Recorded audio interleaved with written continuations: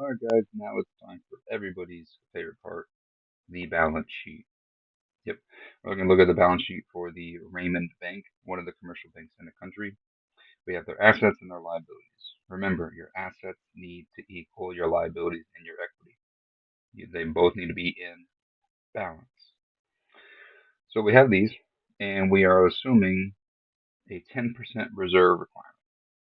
So let's calculate the required reserves. Remember, how we do that is what we'll do is you take your demand deposits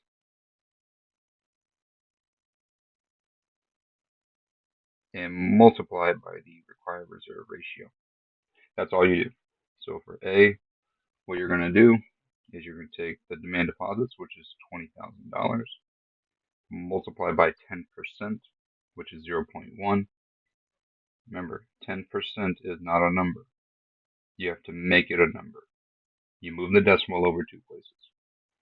So therefore, you have $2,000 in required reserves.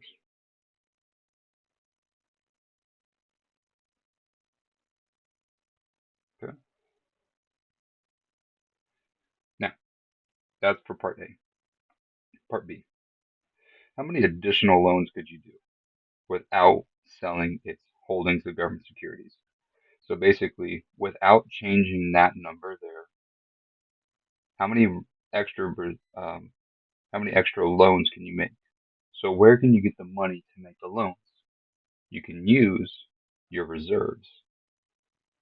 So how many extra can we make? Well, we need to find your excess. Excess is what's not required.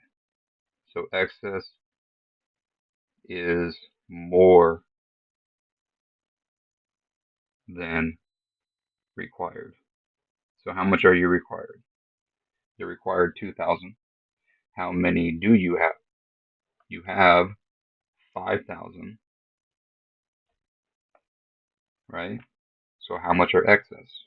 Your excess reserves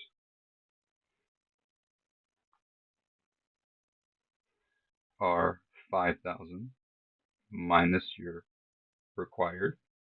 So that means you have excess reserves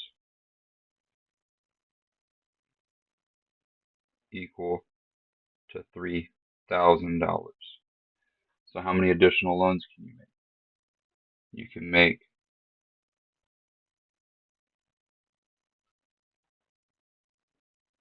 a maximum amount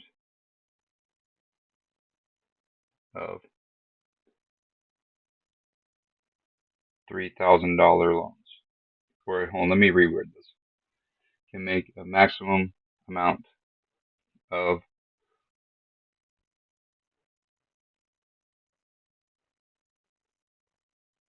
worth $3,000. Okay. Part C. Assume that Raymond Bank and other banks can lend out all excess reserves. Calculate the maximum possible change in the following. So they lend out this $3,000. So it's out in the system, right? So how much does this $3,000 change? Well, that sounds like we need the money multiplier. Remember, the money multiplier is 1 divided by RRR, which would be 1 divided by 10%. But again, a percent's not a number, so we got to make it a number. So 1 divided by 0.1. And if you put that in your handy dandy calculator, boop, boop, boop, boop, beep, it would be 10. So your money multiplier is 10. So if you put in $3,000, the maximum change in deposits, because that's what the question is saying, right, will be 3,000 times 1 divided by 0.1. So that would be 3,000 times 10, which would be $30,000. So therefore, the maximum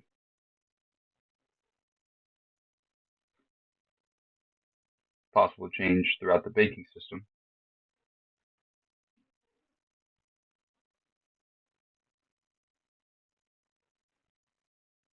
I'm sorry, the maximum possible change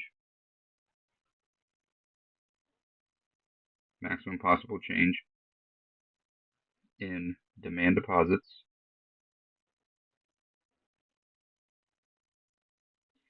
for banking system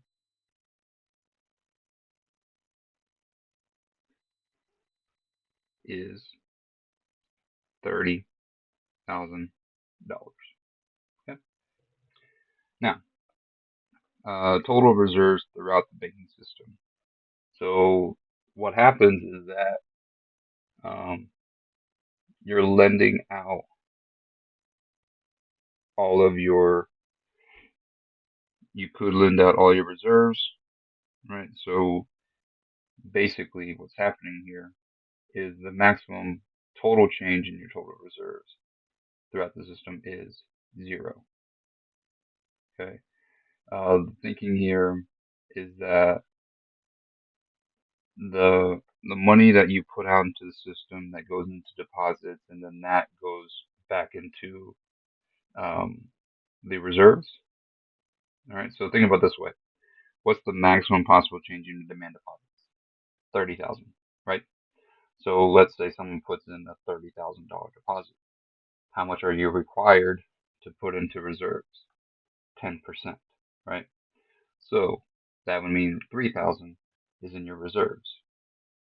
So if you use 3,000 to make the loans, and that turns into 30,000 in deposits, and you're required 3,000 in reserves, what happened? You took out 3,000 for the reserves and you put back 3,000 in reserves because of the money multiplier. So the total reserves is going to be no change. Okay. So maximum change in total reserves is zero. Okay. And the reason is again, you're using $3,000 in the reserves to make loans. You make $30,000 in deposits. You're required 10% of those deposits to be in reserves. So you use 3,000 in reserves, and then you have to put 3,000 back in reserves. Okay, so no change in deposit, no change in total reserves. Part D. Suppose that a country's central bank purchases $1,000 of Raymond's Bank's holdings of government securities as part of its open market operations. Do Raymond's Bank require reserves to initially increase, decrease, or remain the same as a result of the central bank's purchase? So what did they buy? They bought the government securities. Okay, how many did they have in the government securities? They had 2,000. So if the central bank buys $1,000 worth, did that change anything for the required reserves? No. So no change in required reserves.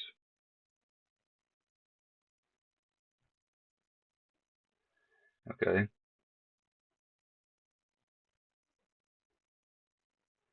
Now they have extra money, right? Because they got the $1,000. So where do they put this $1,000? Well, they're going to put it in the reserves, right? That's extra money. So therefore, excess reserves will increase. All right. So the government is going to be buying these government securities. So that is not a demand deposit because there's no change in the demand deposits. There are no change in the required reserves. So where does the bank put this extra money? Excess reserves. Okay. Because the required reserve ratio does not change, then the total required reserves do not change. Okay, but excess reserves will change because we have an extra $1,000. All right, so that was all of question 2. All right, if you have any questions or anything that you're struggling with, please let me know. Be happy to help you out. And I'll be moving on to question 3 in the next video. I'll see you there.